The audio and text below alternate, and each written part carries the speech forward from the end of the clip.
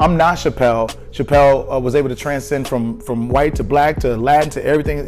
I'm not Kevin Hart. And this is one thing I feel about you. I feel like you are like a quiet assassin, and I've always felt that DeRay could be to the stars, like the highest of highest. But I feel like it's a little bit like maybe people don't catch it because you don't present yourself that way. Do you feel undervalued or underrated? Sometimes I think I don't work as hard as I'm supposed to. Sometimes I think I could drink a little less. I could go out a little less. I could write a little more.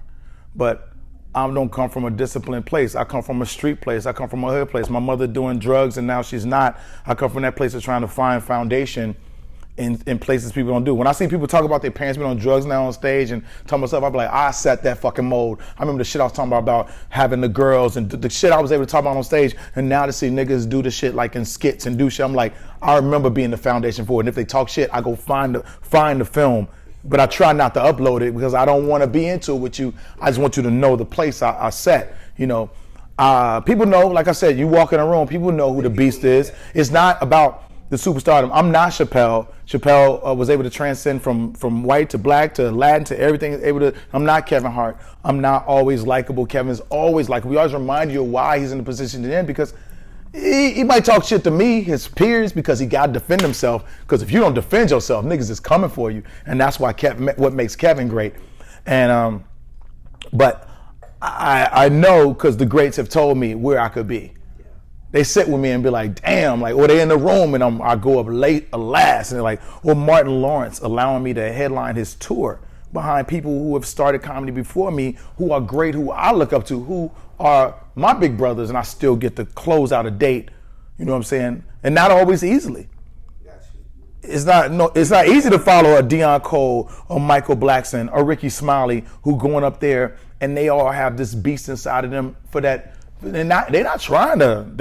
First of all, they're not trying to say I'm a rocket so DeRay can't go up. They're just being themselves. So you got to play against every night. You got to play against a Kawhi every night. You know what I'm saying? Every time you go up, you got to try to dunk over somebody 8 feet tall with your material that just did something.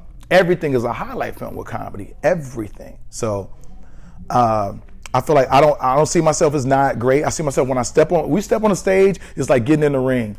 You could have won 8 championships. But now it's me and you.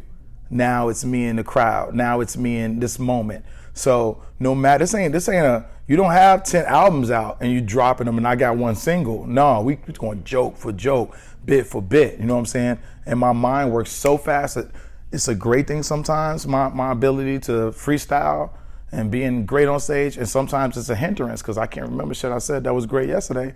Now I got to re-challenge myself today. So yeah.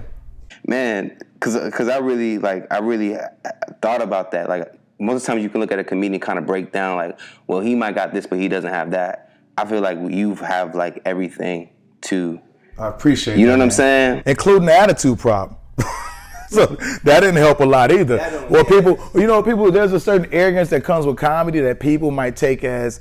He think he arrogant because he look a certain way, but I hated not being. I'm not gonna say I'm a nice looking nigga, but it was a problem because I'm like, y'all think that's that nigga. It's like the light skinned shit. I'm not that nigga. Did you feel like you had to turn that up back in Chicago? Yeah, of course. Not just in Chicago. On stage, you gotta turn it up.